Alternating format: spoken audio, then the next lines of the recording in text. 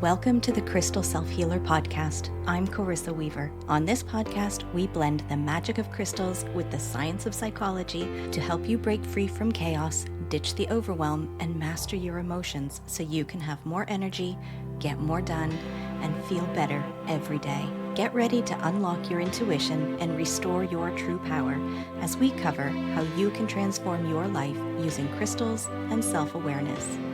Are you ready to get started? All right, let's go.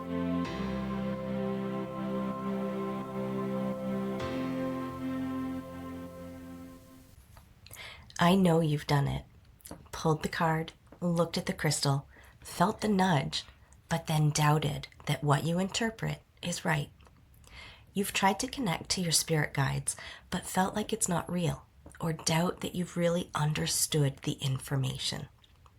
Messages from your spirit guides shouldn't feel like a guessing game or a confusing search through resource books. Most people fail to hear or understand their guides not because they don't receive them, but because they're caught up in trying to find other people's interpretations or what Google told them it means. If you want to stop second-guessing yourself and clear up the static from the lines connecting you to your spirit guides, this episode is for you. I'm going to teach you exactly why you question what you've heard or intuited so you can decode messages from your spirit guides easily and accurately. I'm no different from you. When I decided to get into healing my emotional and mental well-being using crystals, I built a really nice collection of books, gurus, and Google search tabs along the way. I'm not going to suggest that I don't reference them because I do, but the difference today from then is that I don't defer my interpretation to those sources the way I thought I needed to in the beginning. A large majority of the women who talk to me about what their biggest struggle is say they need to know more knowledge or they don't know enough to work with their crystals and tarot. And that's what paralyzes them and you from getting and decoding the messages from your spirit guides. The need to know definitively what the meaning or message is. The desire to get it right. You know, like you're handing in that book report to the teacher, hoping to get that big red 100 on the top right corner. But the only person who can do that is you. I want to talk about the law of probability for a minute. You've likely seen a bell graph, the kind that shows where most people or outcomes land. The big high hump in the middle represents the average, while the thin edges on either side represent the outliers. In university statistics class, I remember my professor telling us to simply delete those outliers in our data sets if they were messing up the results we wanted from our experiment. We were taught to erase the exceptions to make the data look clean and the hypothesis to fit. This habit of erasure is exactly what I want you to avoid when communicating with your spirit guides. Society and probability will tell you that most people interpret a sign or a symbol in one specific way. But that average shouldn't interfere with how you decode messages from your spirit guides. Your truth often lives in the very outliers that many of us were taught to ignore. Spirit guides speak to us in a language that is meant for us, but we don't recognize it because we're measuring it against traditional language or accepted symbolism. That's a recipe for being confused or insecure in the messages. Over time, you've conditioned yourself to play down the synchronicity or the nudges given, or you've blocked it altogether.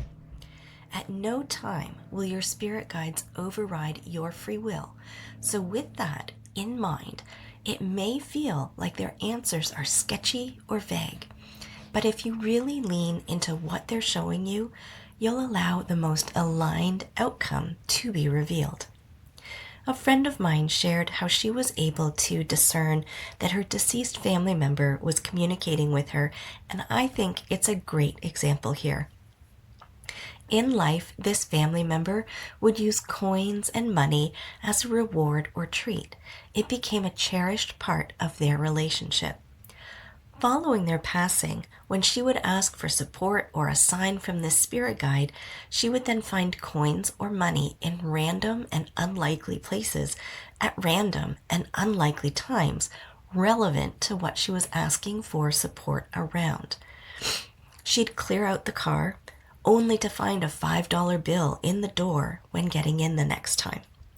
Little things like that allowed her to know she was receiving the loving support and guidance of her spirit guide, who she also happened to have known in physical form at one point in her life. I'm going to offer working with Selenite to find this clear sense of connection with your spirit guides. It's no secret that we crave community and prioritize fitting in, but that drive to be accepted or not stand out creates a loud collective noise that can block your ability to hear your spirit guides. Selenite acts as a high-frequency filter. It helps to clear the dataset of traditional expectations and mental clutter, allowing you to see past the average so you can spot your specific signal. Outliers, because they are less frequent or more subtle, often get missed.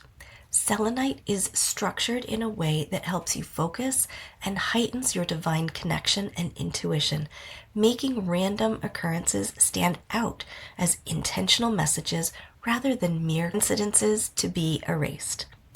With selenite being associated with the crown chakra, it also stimulates mental clarity. This provides for a clear sense of connection, fine-tuning the ability to clearly hear and understand the messages being sent. Your spirit guides are asking you to trust yourself, to know yourself, to understand how and what they are communicating. To decode accurately, stop asking, what does this mean for everyone else? And start asking, what does this mean for me? Achoo. Achoo.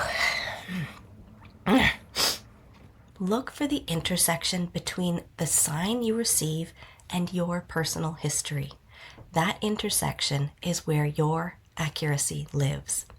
You can always ask for confirmation or to provide a deadline for their response. But at the end of the day, the only thing you need to decode messages from your spirit guides is you. A little patience and the courage to link meaning and message together. If you've been feeling the pull to do this work, but you haven't quite found your footing yet, if you're tired of second-guessing every message you receive or feel like you're constantly absorbing the world's chaos, I want to invite you into the Crystal Self-Healer Members Portal. This isn't just a place to learn about crystals. It's the framework for your own spiritual integrity. It's where you stop looking for average meanings and start trusting your own unique intuition as your ultimate authority. Inside the portal, we move through 3 specific stages together, and depending on what you need, you can choose the level of support that's right for you.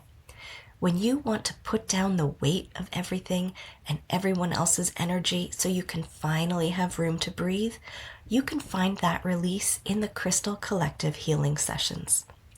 If you want to stop waiting for change and start anchoring your goals through intentional ritual, you can find that focused intention in the Sacred Circle rituals. And ultimately, when you want to stop measuring yourself against a standard dictionary or average societal expectations and start moving with your own rhythm, you can transform your relationship with yourself in the empath inner circle. This is where you move from feeling uncertain to being truly unshakable in yourself and your practice.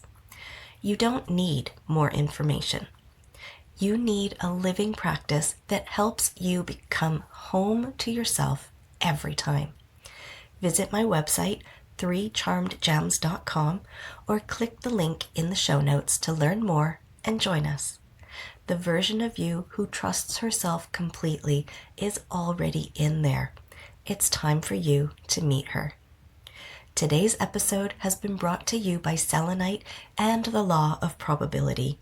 May we all honor the validity of our own interpretations to decode messages from our spirit guides.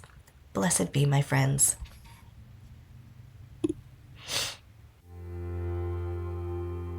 All right, my friends, that wraps up this week's episode. Thank you for joining me here today on the Crystal Self-Healer podcast. If you haven't already, hit subscribe, leave a review, and take the What Crystal is Best for You quiz linked in the show notes. Join me again next week as we continue to demystify crystals, how your brain works, and how you can use them so you can have more energy, get more done, and feel better every day.